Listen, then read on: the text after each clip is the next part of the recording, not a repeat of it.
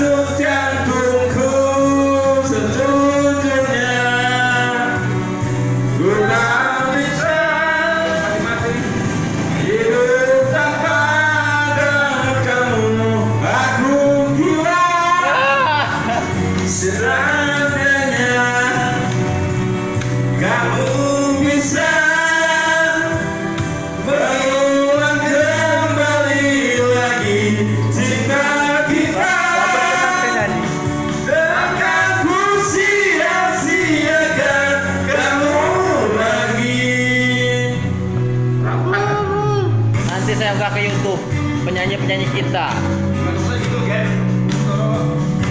Nah, inilah Asep Irama.